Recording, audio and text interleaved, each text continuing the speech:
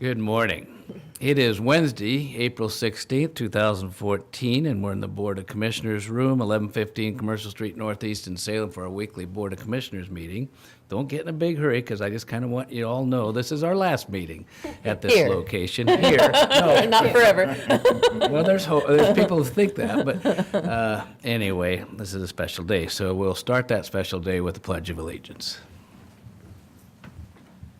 I pledge allegiance to the flag of the United States of America and to the republic for which it stands, one nation under God, indivisible, with liberty and justice for all.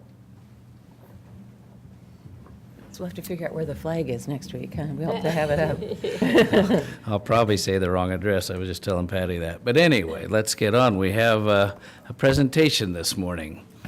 Our annual Travel Salem report, and the president and CEO of Travel Salem is Angie Morris is here. We've got, let's see, we don't have a PowerPoint. How are we going to show all this to everybody? But go ahead, Angie. Good morning. Well, we had some technical difficulties getting all of the, with the move and all of that, and timing on my end to get the digital portion of what I wanted to present to you ready. So I do apologize, but in front of each of you is a paper version, old school version of this presentation that I'll walk you through. First of all, thank you so much, Commissioners, for having me here today. It's always a pleasure for us to come in front of you and share what we're doing for you in the county, and to thank you for your support. So thank you for having us here today.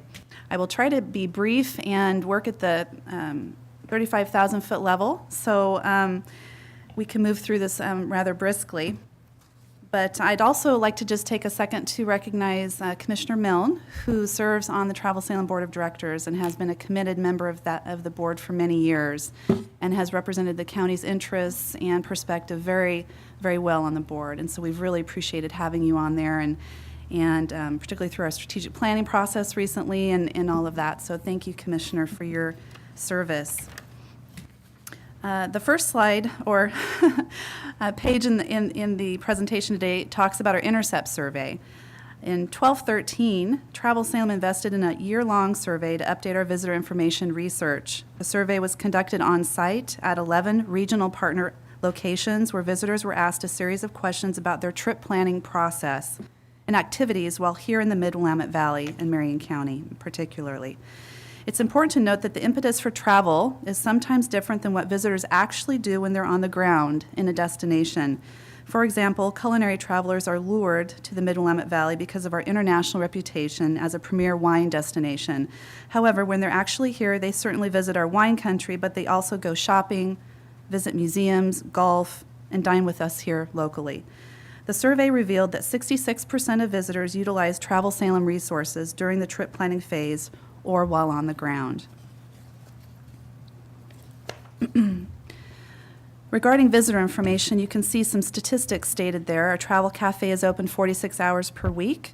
Our travel plazas, which are located at the Best Western Plus Mill Creek Inn and the Red Lion Hotel, are open 24 hours, 7 days a week. We assisted over 1,100. We assisted 111,000 visitors last year. We supported 93 relocation inquiries. These are folks that are coming, looking at moving here, either families, individuals, or businesses, and we worked with 93 folks last year to plug them into the community, whether it be real estate partners or banks or whatever services they might need to move here.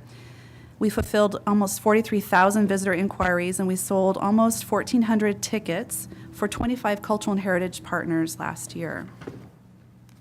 The next slide, the visitor experience, has several different quotes, and since our folks that are watching us today on CCTV can't see these, I'll read these very quickly. These are some testimonials from folks that have come into the Travel Cafe. One person, Jenny Green, she was from the United Kingdom. She said, "The information Barb sent us was so good that we had to come. We love Oregon and Salem." Judy Coyle said, "We liked it enough to move here." And Don and Lee Lang from Tacoma, Washington said they decided to stay 2 nights here in Salem instead of Eugene. So we love to hear makes that. sense, but Yeah, that makes sense. I wanted to share with you a few of these examples because these are relevant to why I'm here today. Travel Salem's mission is to lengthen the stay of visitors, to drive economic impact and transient occupancy tax here in Marion County. The Travel Cafe is a key part of that equation by converting visitors to overnight stays. It's the personal interaction with trained staff who are local ambassadors and experts that makes all the difference in driving economic impact. When we can convince a visitor to stay overnight instead of passing through to another destination, that results in dollars being spent here in Marion County instead of Eugene, for instance. I'd like to call your attention to the visitor's guide that's also in your packet today. I've marked a couple of pages in there. On page 11, you'll notice that the visitor's guide is the inspirational piece that we hand out to all visitors. We either mail it internationally, they can look at it online, they come into the Travel Cafe, they go to any of our 9 satellite locations. We also distribute them at 800 locations through Oregon, Washington, California, and British Columbia. So this is our main inspiration piece here besides our website. So on page 11, you can see that we highlight different sections of the region. And we've got Salem, North Marion County, East Marion County, and South Marion County highlighted specifically. And a few pages back on the next page that I marked for you, you can see that we have a 2-page spread that Detroit partnered with us on, and we're really delighted for that partnership, and this highlights what all the great stuff there is to do out in that area. So encourage you to take a look through the visitor's guide and would appreciate any feedback you had about that. On the next page, I'll talk about the website for a moment. Last year, we promoted almost 1,700 events on our website. Those are self-submitted by businesses, small businesses, local businesses that want to promote what they have going on. And they can self-submit those events on our website, and we do that for free. We had over almost 235,000 visits from visitors on our website last year from 135 different countries. And there were 181,000 absolutely unique visits. So those are individuals, actually different individuals going onto the website. The website is Salem's and the Marion County's front door, and consumers from all over the world check out what the Mid-Willamette Valley has to offer when they visit travelsalem.com. We work hard to keep this global portal updated and dynamic so that we are successful in capturing the consumer's attention and getting them excited about coming to visit, and ultimately providing them with the tools they need to plan their trip. Next, I'll talk for a moment about social media. We have a variety of different social media channels that we're moving forward and pushing every day. You can see some statistics listed here. We have found that over the past few years, social media has become an integral component of our marketing platform. Consumers are engaging with destinations directly through social media, and it's important that Travel Salem be able to interact with consumers in the ways they want to communicate. Successful marketing is all about targeting your message to the consumer, and social media is a powerful, targeted marketing messenger. The next page is an example of one of the social media efforts that we conducted last year. We did a Facebook campaign with our partners, Willamette Valley Visitors Association. It was a $60,000 Facebook campaign, and we leveraged that to promote Marion County and the region. It was a very successful campaign, as you can see by the statistics listed there. We reached over 6.2 million impressions, consumers, through that campaign. We generated over 5,100 new Facebook friends for Travel Salem through that campaign. We continue to leverage those Facebook contacts through our ongoing engagement through that mechanism, so it was very successful. Another component of social media is blogging. Last year, we had a wine blogger event that was an exciting opportunity for Travel Salem to leverage. We didn't have the financial resources to participate, but we collaborated with our partners in the region to help us make it happen. Blogs are extremely popular these days, and travel and culinary blogs have serious influence on consumer behavior. Some of these blogs have 30,000 subscribers. So when the bloggers publish information, they're able to reach a segment of the population that wants to hear what they have to say. When we were on the tour bus, it was kind of interesting. We were moving these bloggers around the region, And we'd go to a winery, and we'd get back on the bus, and all of these bloggers would light up their phones, and they'd start texting and messaging out to their subscribers so that we could see the actual interaction happening. They were sharing photos and all of that. It was really fun. And one of the bloggers actually loved this place so much they moved here. So another successful story there. Something else that we participated in last year was called the Portland Feast event. This is another example of collaboration at its finest. We secured this opportunity through our partnership with the Willamette Valley Visitors Association and then leveraged a $1 million advertising campaign through Travel Oregon. We were fortunate to have such amazing local partners with the Wild Pear and Easy Orchards to step up and help us sell Marion County. We heard from small business owners that this event was successful in bringing attention to the culinary market here in Marion County. Consumers attending the event said things like, "I had no idea that Salem had restaurants of this caliber," said Pat from Seattle. And Janice from Portland said, "Salem has the best food at this event." This was a grassroots promotion that is part of the overall movement that is changing the perception of Marion County and the Salem area. And it's this ripple effect that is making this region a top-of-mind destination. We hosted a tour, just to note, we hosted a tour for the media folks that were attending this feast event here in Marion County. So we moved them around to the different attractions and things to do here in Marion County to show off what we have here, and that was very successful as well. So talking about media, we're going to talk momentarily here about our public relations efforts. Public relations is really, really important component of what we do. It's how we sell the story of this region and how we essentially keep us in the game. It helps us stay in front of the consumer. It helps us stay in front of meeting planners who are looking to book conferences and events here. And it really softens the marketplace really for bringing those folks here. We get publicity all over the world, New York Times, the Food Channel Network, and things like that. Last year we secured almost $1 million in advertising.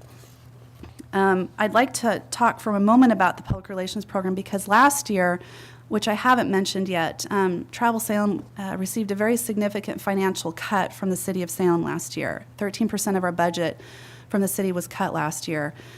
It really created significant cuts in all of our program areas, and in particular our public relations program was really reduced down to a part-time person, and our resources to support that position were also compromised.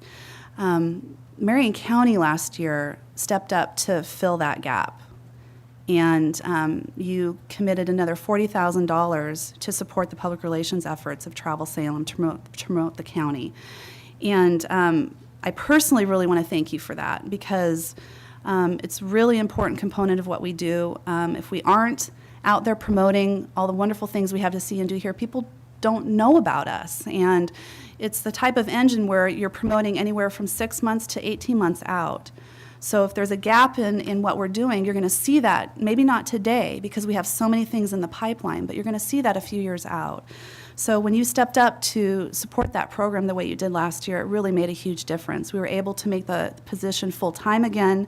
We were able to develop infrastructure for our website, to develop Google Maps, to integrate those into our website. We purchased additional photography.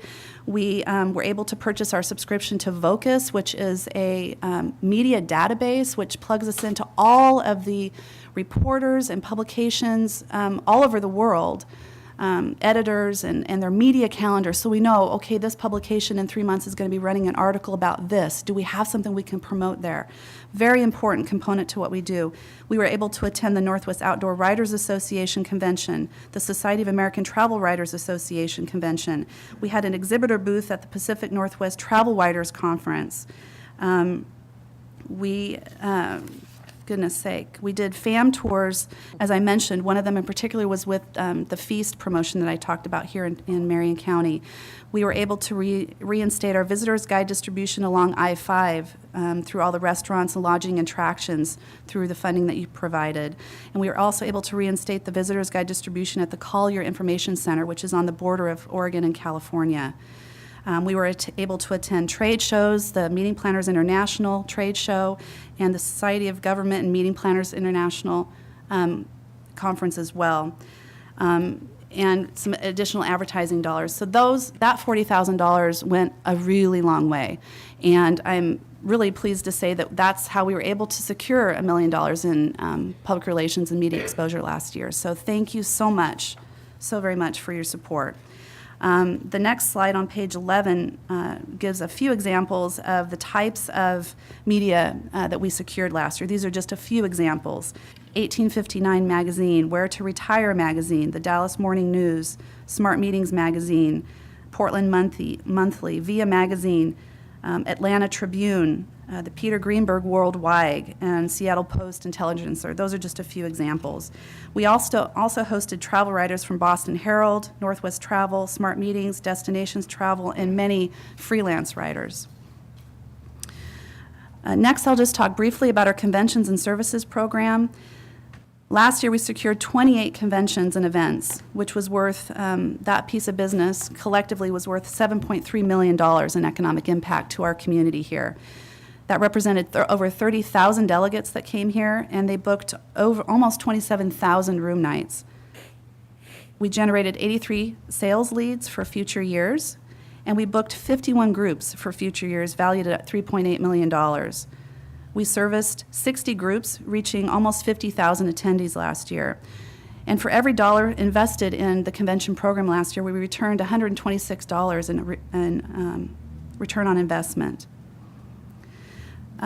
There's also a handout in your packet today that is what I call the Convention and Events Dashboard, and it looks like this. And this is a tool that the Travel Sale and Board of Directors reviews regularly, quarterly, on the activities that are occurring in the convention program. I'm going to share with you today the full year's worth of activity. So on the first page, you can notice that these are all the different conventions and events that we secured last year and hosted here in Salem and Marion County to the tune of $7.3 million. You can see the different groups that came and how each of those sort of penciled out. The next page, which has a blue and green graph on it, does two things. This is showing you the convention program not only is working in the current year, but they're also booking business in future years. So you can see last year that we were booking business in 12-13 all the way through fiscal year 18-19. And we're getting in a bunch of leads, 83 leads, and we booked 51 actual groups out of that. So you can see how that business actually translates. We had a lead conversion rate of 61%. So out of all the leads that came in, we secured 61% of those. That is a very, very high ROI. For instance, our partners up in Portland, their goal is a 35% lead conversion rate. We're at 61%. So very successful in converting business to actually do business here once we've had a chance to meet with them. The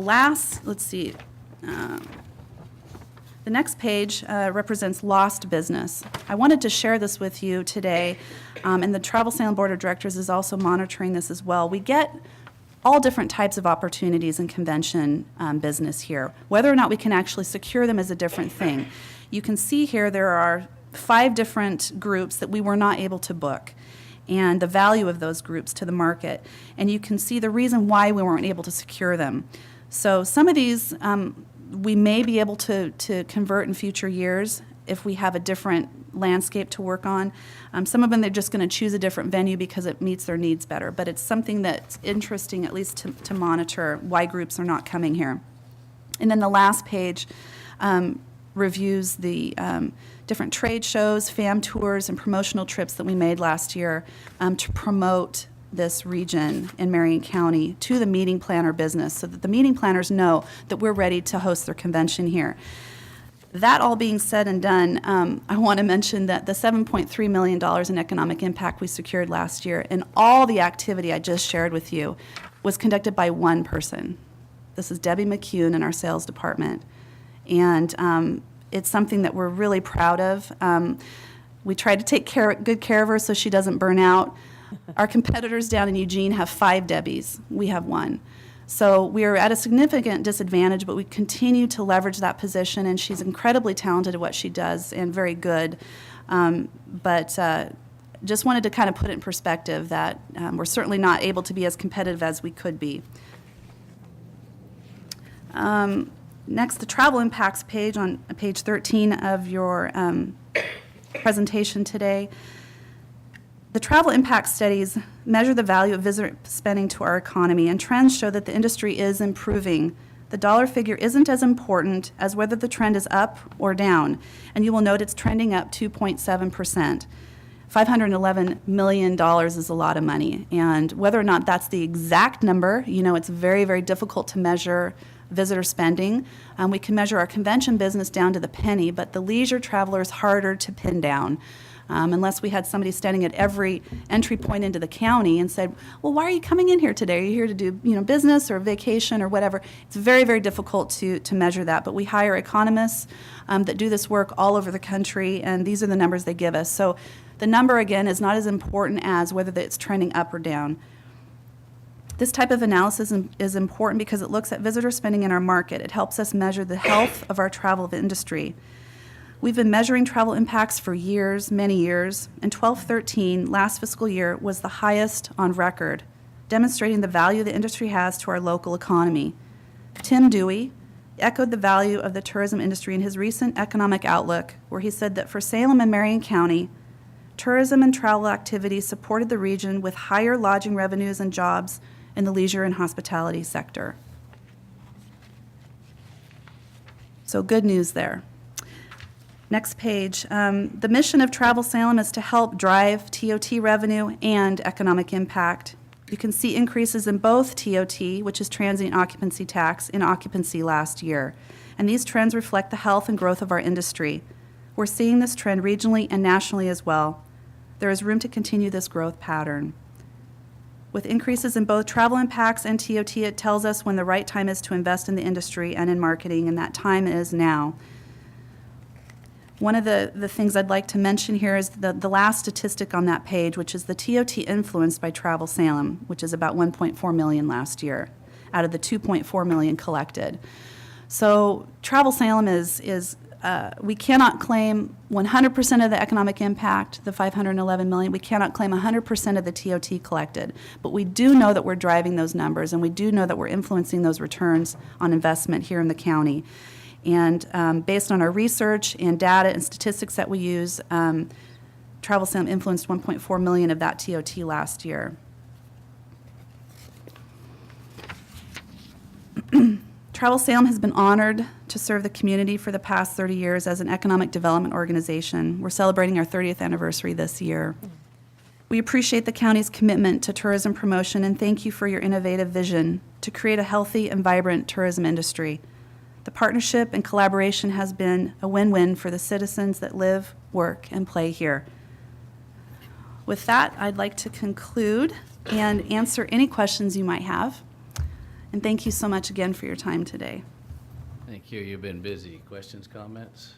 Just a couple of comments. Very thorough report, and I love the enthusiasm that you give along with presenting the facts and all these great success stories. But in 30 years, wow, I know you haven't been here 30 years, but the success that's so obvious over the years that you've been here is really a tribute to the work you've done and that limited little staff. So thank you. It's clear that Travel Salem plays a very important part in our local economy. So yeah, keep everybody well and yourself as we need you.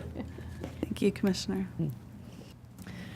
So thank you for coming. First of all, you always do such a wonderful job putting together information, and the results speak for themselves. I am so sorry you couldn't use the PowerPoint presentation. It's a lovely presentation. I just wish everybody that was watching could have seen the copy that we had in front of us, but you did a nice job pinch hitting and making it through the slides. So the only other comment that I would make, and maybe you'd like to comment. First of all, your chair is Austin, and I never know how to say his last name. McGuigan, okay. I didn't even want to. Scottish. Right.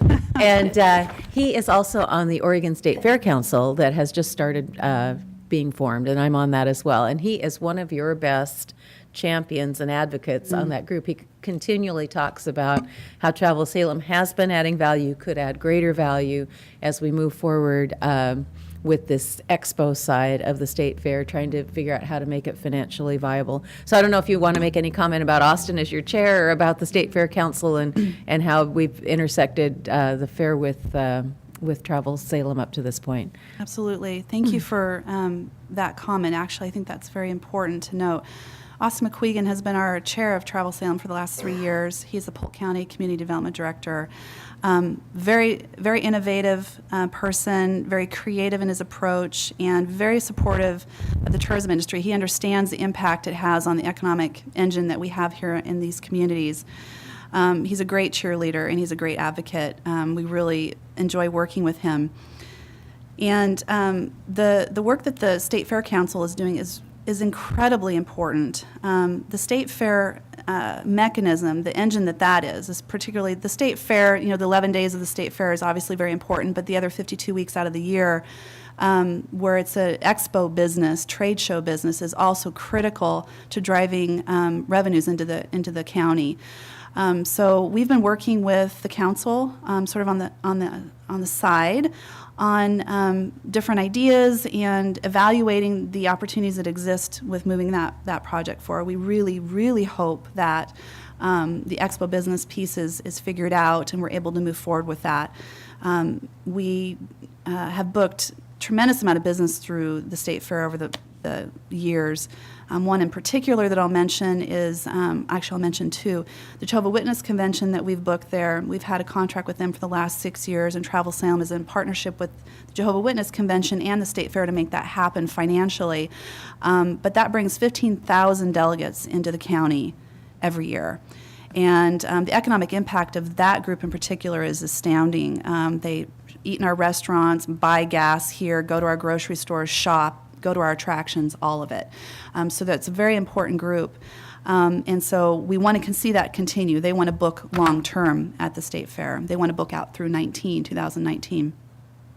Last year, we also secured the, oh gosh, I'm going to forget the official name of it, but it's the National Antique Truck Association. It's going to bring 900 trucks from all over the United States, huge antique trucks, out to the State Fairgrounds in 2016. And there'll probably be, another 2,000 people that come with that, and they'll do different types of events and everything. And that's important for showcasing our region, because folks who come to an event like that don't just stay at the event, they go see the other things there are to do in the area. And we work with those meeting planners and those folks who put on those events to make sure that the people that do come know what else there is to do here. So the State Fair property is really unique. We're really fortunate to have it here in this region of the state. And we want to leverage that going forward. And so we really do see that as a critical partner moving forward. And we're there to support any work that's being done by the council to make sure that that's successful. So thank you for that. And thank you for serving on that council. I know it's a lot of work, a lot of time.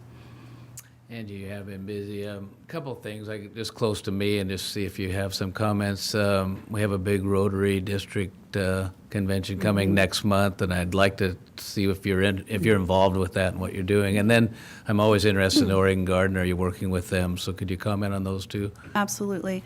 The District 5100 Rotary Convention that comes, we are working with them. We've been working with them, I think, for over a year on planning that. Not only the logistics of the event itself, but how we can provide service to the delegates that are coming here. So Debbie McCune, who I mentioned of our sales program, is the one who's been the point person on that. So we worked with them in the years past, and it's a great event. We're really glad that it can come here. I'm supposed to greet people. So Are you? Yes, but perhaps you can give me clues to make me a little We more certainly can. approachable. We'll help you with that. You do a great job, though, so you don't need much help at all.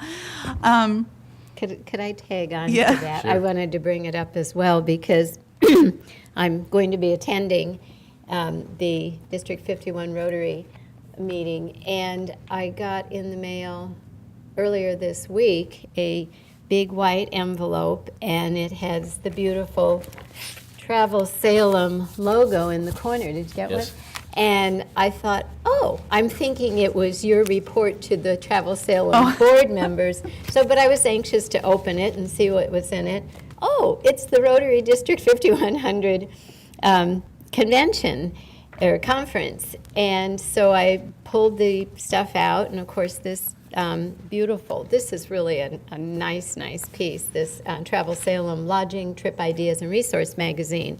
But also inside was an outline of all the tours, sign up for this tour, sign up for that tour. And yes, I'm thinking about Debbie and all your staff who do so very much. It was extremely well organized and really inviting. Yeah, I wanted to come back to that and talk about it. Just put together so well, and again made you really anxious to get to the conference and see everything that there is to offer. So it was such a great example of exactly what happens when people come and you're involved. Travel Salem's involved in putting these conferences and conventions on. So that's an example of what people receive in the mail. Plus, I got it so promptly, too. I mean, it was great. So thank you. You're making a great impact in such a positive way, and it's important what you're doing. So I'm glad you're here today to present this. Thank you so much for that feedback, too. It's great to know that it reached you and that it's effective, so it's always good to hear from you on that. Yeah. Regarding the Oregon Garden and Oregon Garden Resort, they continue to be a very strategic partner in this region. I mean, it's one of the hooks that we use to lure people here. It's a unique asset. We promote it extensively through our public relations efforts, get a lot of media coverage on that.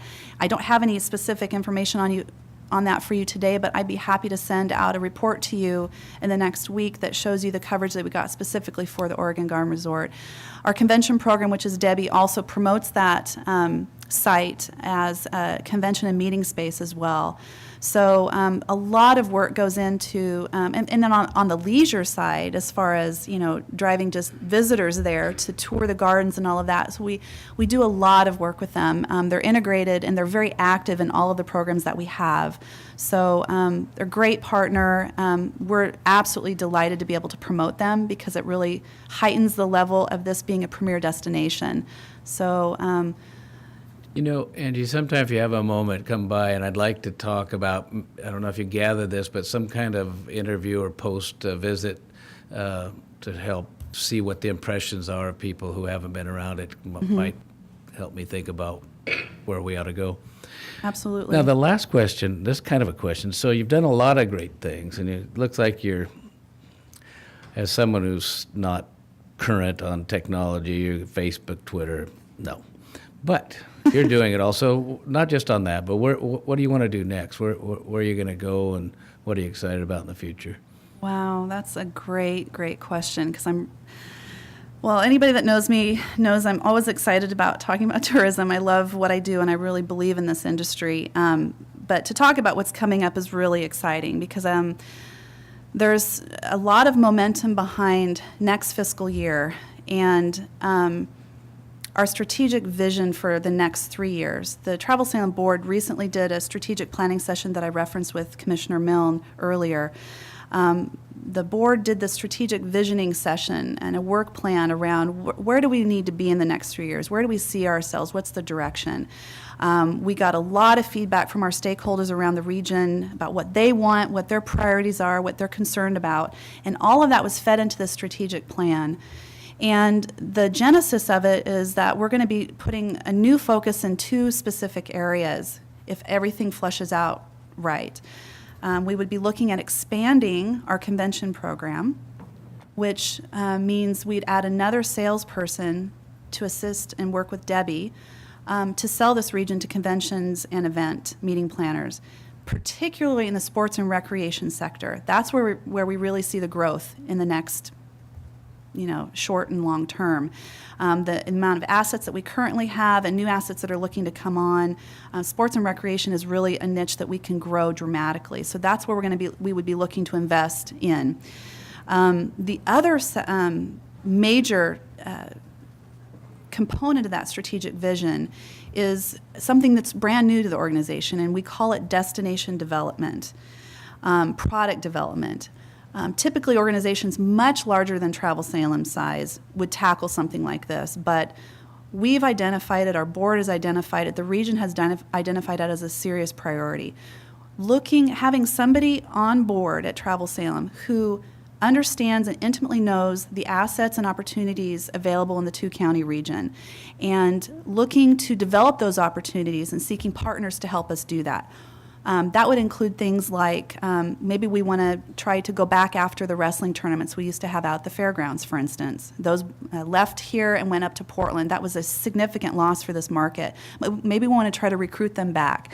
The challenge we had with that group is they needed 400 volunteers to run that tournament while it was here on the ground. We just didn't have the infrastructure in place to secure and manage that level of volunteer program. Maybe that's something we want to go after again. Maybe we want to have a marathon here. Maybe we want to develop a sand sculpting competition, or we want to have an ice skating rink here during the winter months, or maybe whatever it is. Do we want to develop a new festival? Do we want to have a new attraction come into play here? So Travel Salem would have somebody on the ground who's connected with all of the partners in the region, works with local municipalities. What are the opportunities? What are the assets we have? What do we want to grow? Do we have something in place we want to grow? Do we want to bring in something new? And then we would work to go out and find the partners to make those opportunities happen and secure the money to do that. That would be huge for this region. There's so much growth opportunity here, and we're really excited about that as a possibility in the next 3 years, is having that program, developing that program and getting it in play. For instance, I've mentioned Willamette Valley Visitors Association several times during this conversation. They're a regional group that does tourism promotion, and we're part of that. And they had an opportunity that came down from Travel Oregon that, hey, we want to put together this bike and wine tour concept. And we didn't have the infrastructure in place or the bandwidth to address that. So Eugene had somebody in place that kind of does product development. They know, they have all their pulse and all that stuff, and they were able to submit a proposal within 2 days, because it was a very short turnaround, to apply to have that opportunity come to their region. We couldn't compete because we didn't have the infrastructure. With somebody like a product development person in place, or a destination development program, we would be geared up to be able to respond to opportunities like that more spontaneously. So it would just increase our bandwidth, increase our opportunity to compete, and really look at growing the opportunities we have here. One of the things that we would be looking to do is grow the existing events that we have. So for instance, I'm just going to mention the Hoop, because that's a group that we're working with right now. We are working with them to grow 2 existing tournaments. They have one in March that just recently happened. They have one coming up in May. And we wanted to grow those. There was an opportunity to do that. And then in December, we're looking at doing a new tournament. So that's called the shoulder season. That's a lower tourism time of year because of the weather and seasonal aspects of that time of year. But we need to keep going. We need to be able to attract visitors during that time. So one of the things we're looking at is recruiting with them an LA basketball team to come up that would be a big hook to draw regional teams to come and compete here. So the product development component would span all different types of business and product, but would really have a huge ROI to the county. So that's kind of the vision, in as Reader Digest as I can get it. But I'd be happy to answer any questions you'd have about that as well. So. Again, I can see you're just busy. I'd like to find those people for you. See what we Thank can you. do. Anything else? Well, Angie, thank you. Good Thank to you see so much again. for your time.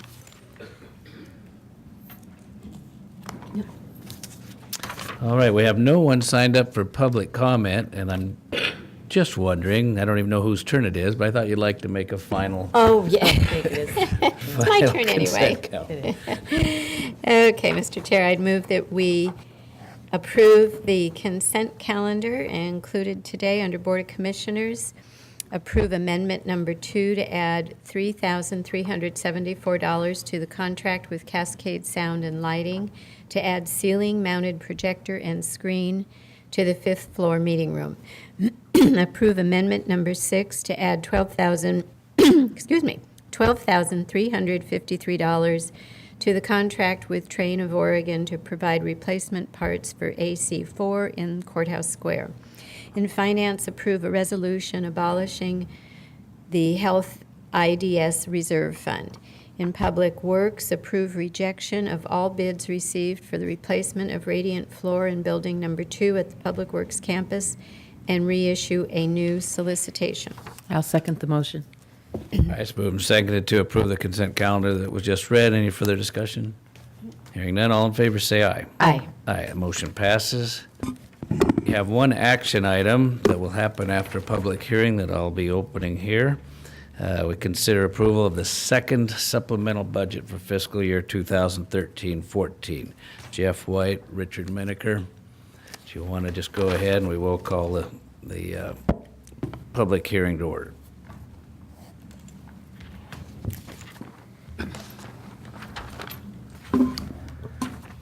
Good morning, Commissioners. I'm Rich Meinecker of the Finance Department, and as usual, I follow a speaker who is terrific and gives a great presentation. I am here And to... then what? We love you, Rich. Yeah, just my luck. I am here to present the second supplemental budget request for Marion County 2013-14 budget. Oregon revised statutes requires that increases in appropriation authority from the original adopted budget must be adopted by the governing body. In addition, any changes to the original adopted budget that are greater than 10% must be published in a local newspaper, and a public hearing must be held to allow for public input on the proposed changes to the budget. Public notice of this supplemental budget was published in the Statesman Journal in accordance with statutory requirements. The budget information is available on the Marion County website and at both the board's office and the MAPS building reception desk. Details of the second supplemental budget were reviewed by the Board of Commissioners at Management Update on March 31st. The second supplemental budget increases the total budget by $6,018,162. I will discuss major fund changes, and I will state all amounts to the nearest $1,000. The general fund total budget increases by $86,000. The additional resources are from transfers in: $29,000 from the Children and Families Fund, $37,000 from the Traffic Safety Team Fund, and $20,000 from the Criminal Justice Assessment Fund. The transfers allow additional funding of $29,000 for the Community Services Department to cover under-budget administrative charges, a transfer of $37,000 to the Capital Improvement Projects Fund for the new Justice Court lease space tenant improvements, and $20,000 to the Sheriff's Office, which allows a reduction in other general fund transfers. The Capital Improvement Projects Fund budget will increase $172,000. Resources increases are $3,000 general fund transfers on behalf of the Sheriff's Office, a $3,000 transfer from the Community Correction Fund, and a $3,000 transfer from the Traffic Safety Team, with the transfer of funds all allocated to one project. In addition, there is a $163,000 transfer from the Traffic Safety Team Fund. There is a $287,000 increase in capital outlay. $198,000 is for tenant improvements and security systems for the new Justice Court lease space. $53,000 is for the juvenile detention building door controls. $27,000 will be used to upgrade juvenile and dog control video recording systems for Windows 7 compatibility, and $9,000 for automated observation reports and evaluation software used for Sheriff's Office training. Contingency is reduced $115,000 to pay project costs not covered by the transfers in. The Community Corrections Fund budget will increase on $182,000. Will decrease $182,000. Intergovernmental state revenue will decrease by $202,000, the result of an Oregon Criminal Justice Commission grant coming in at $9,000 lower than budget, and an Oregon Criminal Justice Reinvestment Grant of $193,000 will be moved to the Sheriff's Grant Fund, where it will be accounted for with like grants. Other fund transfers in will increase $20,000 with a transfer in from the Criminal Justice Assessment Fund. Personnel services is reduced by the previously discussed $193,000 as budgeted overtime pay will be shifted to the Sheriff Grants Fund. Materials and services is decreased by $142,000. Department of Correction grant funds totaling $192,000 budgeted in materials and services will be rebudgeted in the Sheriff's Grant Fund. Partially offsetting this decrease is an increase of $50,000 in Community Corrections Senate Bill 1145 funds for client housing subsidies. An increase of $7,000 for capital outlay will be for replacement of the Wolverine office camera recording system. Contingency is reduced by $48,000. Transfer out will increase by $195,000.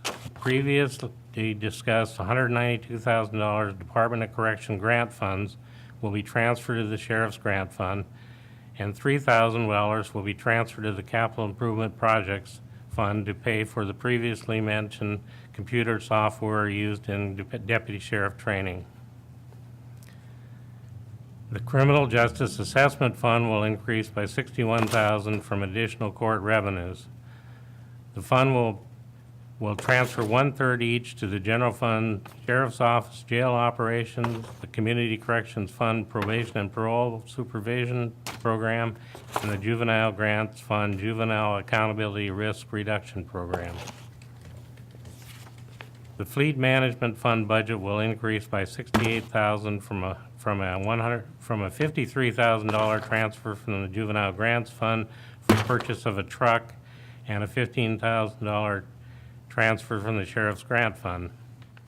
Capital outlay will increase by $99,000 for purchase of the truck and $46,000 for a joint health sheriff mobile crisis team vehicle. The health fund budget will increase $4,801,000. Revenue increases include federal grants, $105,000, state contracts, $695,000, local MVBCN grants and contracts, $2 million, and a transfer in of $2,007,000, I'll get it, from the Health IDS Reserve Fund. Personnel services is increased $292,000 to add new positions for the balance of the fiscal year utilizing federal and state funds.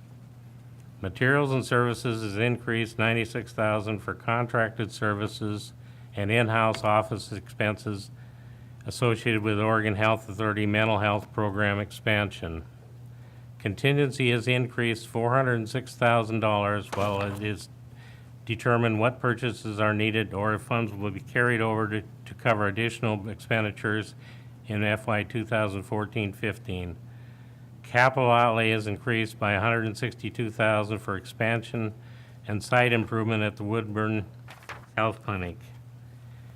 Ending fund balance has increased $3,845,000. And I should have said the MVBCN is the Mid-Valley Behavior Care Network for the viewing audience that not used to the acronyms. The Health IDS Reserve Fund budget will decrease by $4,000 from a decrease in the interest revenue. Reserves are reduced by $2,010,000 and $2,006,000 will be transferred to the Health Fund. Earlier in this session, the board approved a resolution abolishing this fund. The Juvenile Grants Fund budget will increase by $20,000 due to receipt of a transfer in of court assessments distributed by the Criminal Justice Fund. Materials and services are reduced by $5,000. Contingency is reduced by $28,000. These funds, along with the additional $20,000 revenue, are allocated to transfers out to the Fleet Management Fund for purchase of the $53,000 truck for the Alternative Program Styrofoam project. The Sheriff's Grant Fund budget will increase by $742,000. As previously discussed in the Community Corrections Fund, $192,000 in Department of Correction grant funds will be transferred to this fund. Multiple federal and state grant increases total $472,000. Notably, our Oregon Department of Corrections jail reinvestment funds, $253,000, and Oregon Criminal Justice Commission justice reinvestment funds, $193,000. The latter were initially recorded in the Community Corrections Fund. Charges for services increased $35,000 for the Health Department's share of cost under the Mobile Crisis Team Agreement. Net working capital increases $44,000 to match actual.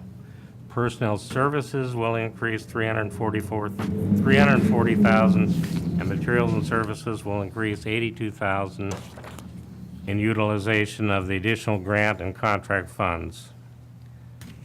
Capital outlay will increase $55,000 for phone data extraction system upgrade, camera recording system replacement, and scanner replacement. A transfer out of $15,000 into the fleet management fund to complete the purchase of 2 non-consolidated fleet vehicles. Contingency will be increased $250,000. The Traffic Safety Team Fund budget will increase $252,000. Net working capital is increased by $200,000 as the actual was higher than anticipated. Federal and state grant revenue increased a net $52,000 as 4 grants increased and 1 decreased. Personnel services will increase $23,000 as additional grant funds will be used for overtime pay to enforce points of emphasis traffic laws such as work zone. The materials and service budget will increase $22,000 in multiple grants for multiple purposes. Capital outlay of $7,000 is budgeted for vehicle speed detection equipment. Transfers out totaling $203,000 include a $163,000 transfer to the Capital Improvement Projects Fund for the Justice Court remodel project, $37,000 to the general fund for allocation to the Justice Court, and $3,000 for 1/3 of the software used for deputy sheriff training. And that concludes the highlights. Are there any questions? Are there questions? Have comment? Comments? All right. So, first of all, Rich, fine job, thank you. We had this same presentation a week ago at Management Update, and I don't think there are any changes between when we went through it the last time and this time, is that correct? That's correct. And then just to, and I was noticing that the overall budget has gone from a little over $374 million to $380 million. I think we have one more State of the County address. I'll have to change my talking points for that to keep chasing what the bottom line number is. So I made a note of that. And then with all of those puts and takes that you talked about, really, the overall change in the budget is just over $6 million. And the big piece of that is this health IDS fund that we just approved eliminating on the consent calendar this morning for so 4.8 million of the 6 million is bringing those funds into the budget, right? I think it's 2 million coming from the Health IDS Reserve Fund. Well, it and has then $4,800,581 as a From the supplemental health. increase. Oh, The health, yes. health in that's total, correct. yes. All right. So, well, okay, so that's, and That's then a the big other, chunk the of other health things all get added in that, right? Yeah. Right. Right. And then 742,000 is the next big one for the sheriff's grants. So those are the two big ones. The other ones are a negative 3,500, a plus 4,200, so on. So, and we heard all of that as we went through. But I thought it would be interesting for people to see that out of all of those changes that you read, really, we're talking about kind of two big ones, and the rest of them are more minimal. Capital improvements, 171, so that one's over 100,000. Traffic safety is 251. But the other ones are really big. So that's all I wanted to say. Okay. Commissioner Milne, anything? Nope. Then if we could have there is no one signed up to speak, so I'll make note of that. But if then, motion to close the public hearing and approve the second supplemental budget. So, Mr. Chair, I would move to close the public hearing and then move that the board approve this second supplemental budget for fiscal year 2013-14 as presented. Second. Okay, it's moved and seconded to close public hearing and approve adoption of second supplemental budget. Any further discussion? I don't hear any, so then all in favor. Oh. Somebody trying to call in late? That's a new one. Right. Ghosts. Well, someday we will have a call-in feature for this Would- meeting, right? And then we can just have conversations with our I constituents. think that's what AJ was trying to tell us yesterday in Kaiser. Right, It's yeah, time exactly. to make ourselves available electronically. Anyway, back to this subject. Any further comments? Then all in favor say aye. Aye. Aye, that motion passes. And again, thank you for all your work. Thank you, Commissioner. It's the only item we have on the board, except to read the places we'll be together here, and there'll be less of us together in the near future. Starting Monday, the 21st, BOC meeting, Board of Commissioners meeting, a farewell to Commissioner Milne, 5th floor, BOC second workroom, 555 Court Street Northeast in Salem. Then management update at 9 o'clock, Silverton Conference Room, 5th floor, the Board of Commissioners office, 555 Court Street. That'll be followed at 11:15 by an executive session pursuant to ORS 192-6602D in the Silverton Conference Room again. Another, and this is really for the public, a farewell reception for Commissioner Milne, Senator Hearing Room, 1st floor, 555 Court Street Northeast. That was Monday, the 21st, from 1 o'clock to 3 o'clock. Tuesday, 8:30 to 10, Community Corrections Board, Silverton Conference Room, 5th floor, Board of Commissioners office. Wednesday, our next board session, not here, but there in the Senator Hearing Room, 1st floor, 555 Court Street Northeast in Salem. And the last meeting to be mentioned is the 23rd Wednesday, 3 o'clock to 4 o'clock, Mid-Willamette Jobs Council meeting, Chemeketa Center for Business Industry, room 203, 626 High Street Northeast. So, Commissioner Milne, I know, let's see, we'll get to say goodbye a couple times, but this seems like a special day for you. I was Probably a doing, bittersweet day for you, right? Being in this room for the last time. Yeah. well, I wanted Well, being to, your last board session after yeah. Yeah. how many years? This is 15 plus. I was figuring 750 plus meetings, so like, yeah, I know, don't think of it that way. And figure 4 subjects at each meeting, Yeah. You've been busy. And now, like I like to do when we do our service awards, I was just kind of curious if you, I know, well, maybe you can't go back to the very first meeting, but just some thoughts from the early days. I was thinking of you. You've been to 4 venues, if I can call it that, because you must have started in the courthouse, because I remember appearing before you on other matters.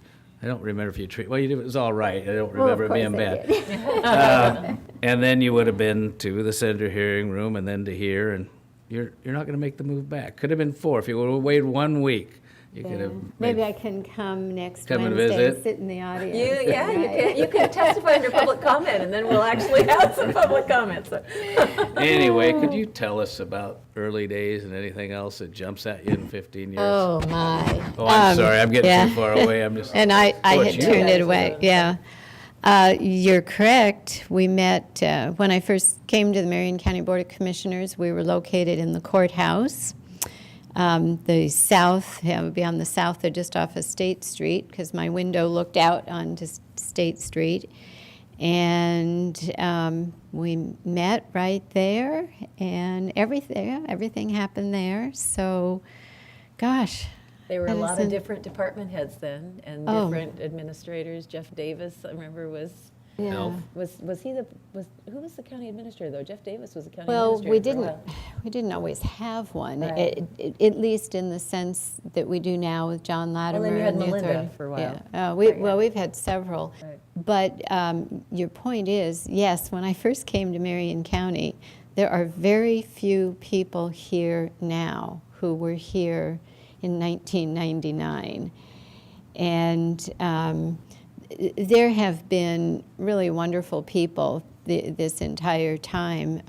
Many of them I still keep in touch with, and people who were fun to work with, good folks. But it's a very different face to Marion County now than it was then.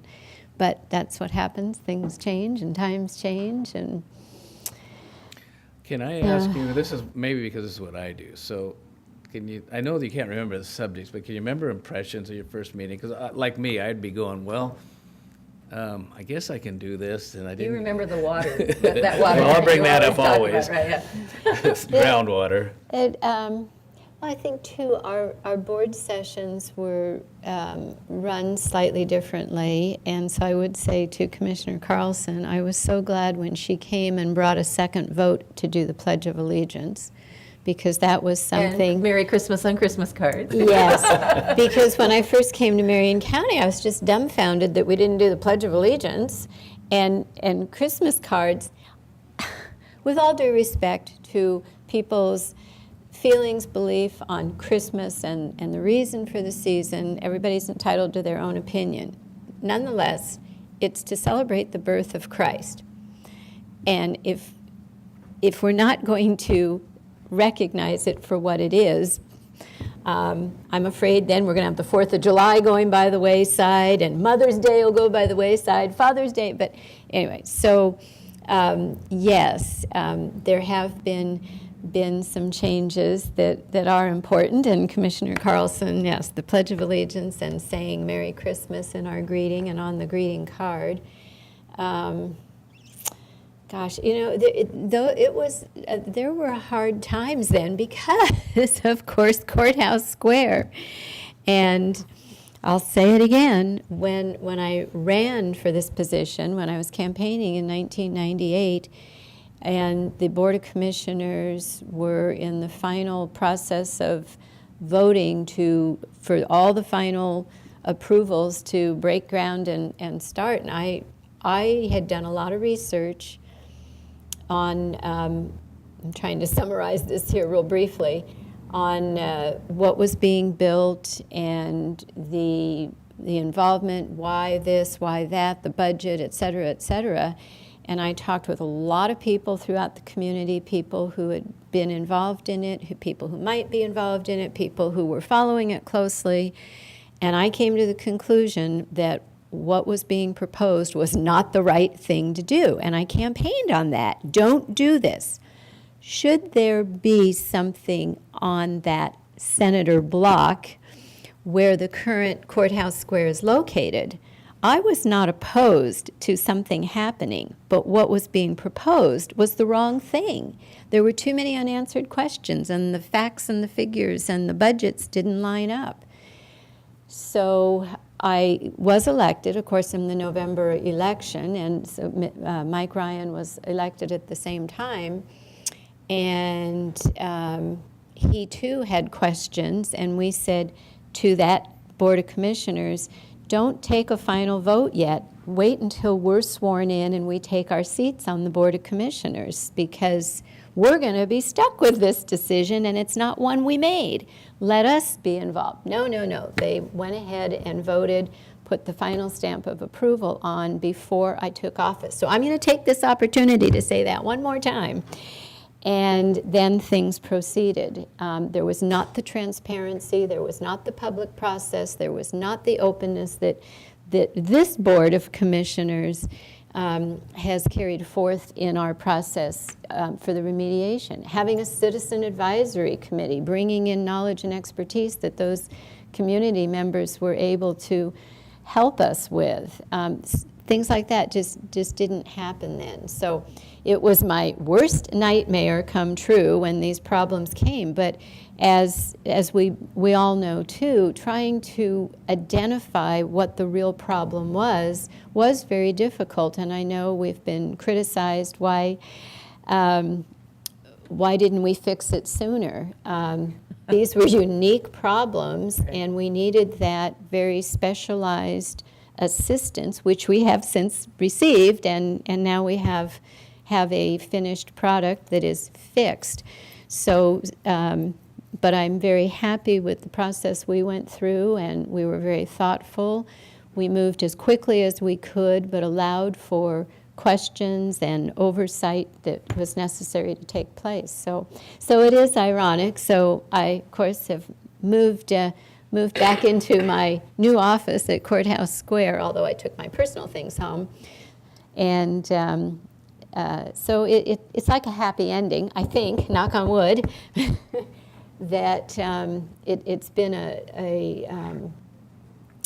a project that's been a real experience, and my commitment to the taxpayers and what we were able to do ultimately, I think we did the right thing. So that's been with me these 15 plus years. And That and the Woodburn interchange, right? oh, yes. So it is interesting how, in government, things move very, very slowly, and we wish they would happen faster. But lots of good things happening. But I think all in all, as I leave, I'm comfortable that things are in good hands, and I think the things I've been able to work on and be involved in have made the county a better place. So I know. On Monday, I'm very happy to. It's the right time to leave. I'm happy to be moving on to this next endeavor, but probably on Monday it'll be a little bittersweet. Yeah. Well, we very much wish you well, and Thank you. I know you have bigger fish to fry at this point, and are anxious to move on to that. I do want to just take the opportunity, since you raised the issue, because I was speaking last week at a luncheon, and there was a question and answer in Courthouse Square came up. And the comment that was made in criticism of me, but it would be us, is that why did we wait 10 years before we did something on Courthouse Square? And so and the person that was speaking said, well, if they would have moved faster, it wouldn't have kept crumbling. And so I said, look, hindsight's great to be able to say now what you should have done, but we got those initial reports. Everybody said it was settling, it was cosmetic, there were just tiles, that kind of thing. And we had 7 separate engineering studies that all came back and told us that it really wasn't until at a time when we were laying people off, the economy was awful, that we spent more than $700,000 on an engineering study to find out what was really going on with the building. And so, it's just an interesting kind of a thing. That, and then when we were packing to move back over to Courthouse Square, and I was going through the piles of paper in my office, threw a lot of them away, but I found some things, and one of them was a paper, and I gave it to Jan, and we weren't even sure if that was like the final tally, but they had tallied up all of the public meetings that we had had, and it was 103 meetings, including 27 community presentations. So anyone that thinks that we didn't do a transparent process on Courthouse Square needs to look at the facts, so. It's interesting. Well, we get so involved in what we're doing, and it's like anything that anybody does, then someone who isn't involved has lots of questions, and they don't always understand exactly how. It was nice to be able to explain it to the audience there, because I think they were appreciative that they got the information. But anyway, yes, and of course, like I say, I've just been busy doing things, and obviously moving in. And yes, as I'm cleaning out old files and throwing a lot of things away. Of course, nothing I think that I. But the archives would want you to not throw away, right? But lots of whether it's agendas and whatnot, and I'm thinking the person who comes in after me, if this is needed, and they'll be able to get it here or there, and the budget books. Whoever comes in after me may decide to ditch all those, and the old what I talk about, and you can see those big black binders that we used to have during budget, and now they're. I threw a So lot our of those away. budget process is just dramatically improved and easier for the public to follow what's going on. So that's been a big positive change, and So we probably want to reiterate, Sam read it, but the Commissioner Brentano read it, sorry, I shouldn't be Sam, informal. But your farewell for the public is from 1 to 3 next Monday, the 21st, which is 5 o'clock is your last moment, I guess, as the county commissioner. And that will be at the Senator hearing room at Courthouse Square, and everyone's invited. Anyone who's listening is invited to come. And it's just kind of a drop-in thing. I don't know, we're going to probably have a program. Well, at some sure, point. and- Do we know what time that is? I've not heard, so. 1:30 I got, is One- what I was told. You were told It starts 1:30? at 1 o'clock. Okay, so at 1:30. 1:30 would be the program. So if people actually want to be there for the program, they need to be there at 1:30. And I'm Okay, hearing just mixed drop things in. on cakes, but we'll get to the bottom of that later. cookies. Okay. Okay. I mean, I'm not a I'll cake. bring my own. Okay, well, never mind. We Now, can I just talk got to about it say one later. final thing. See if I can say this right. So I was doing 750 meetings, 4 subjects average piece, so that's 3,000. Now, I won't say that you and I, over my 10 years, always agreed, but I will say this, that you, on all those subjects, you always did your homework, and I valued what you had to say. And it will be different without you. So, anything Thank you. else? That's nice. Could I say one other? I'm looking through the binder here, and Kim can obviously now throw a lot of these that, please do not remove. And it's just, I don't know if it was for old time's sakes, but lots of this is regarding Measure 37. I could have guessed that. So that's another, that would be a highlight in my To time me, it's a here. low light. We did a year of, I mean, that was the hardest year here, being ready for all those each time, each one different, each one hard, and then not to have them really go anywhere, very disappointing. You know, but I tell people that that's where I learned land use, because I came into this office and that was not my forte. I didn't know really anything about land use and land use processes. And because you had to know what happened before the 1980s, what happened in the 1980s, and how it changed, I mean, that really set it. So it made me a better commissioner to be able to review even the current law, because now my brain always goes back and tries to figure all of that out. So I think it, even though it was a lot of cases and certainly controversial and kind of frustrating at times, I guess, for one of a more technical word, I think it was valuable for us to go through that. At least it was for me. And there, too, is a process that other counties and cities chose to do things differently than we did, but we had a thorough, fair process, and heart-wrenching on most of them. And I just talked a couple of weeks ago to property owners. One of the cases we had, they're still dealing with it. I mean, Measure 37, 49 did not solve the problem, and a lot of people are still, I mean, private property rights is one of our most sacred things as an American, and what happened there with those land use cases, so difficult and expensive for people and heart-wrenching, and still many dealing with unresolved issues, so. Maybe that's something we can fix. All right. Well, we'll get to say it again to you 2 more times goodbye, but we'll call this meeting adjourned.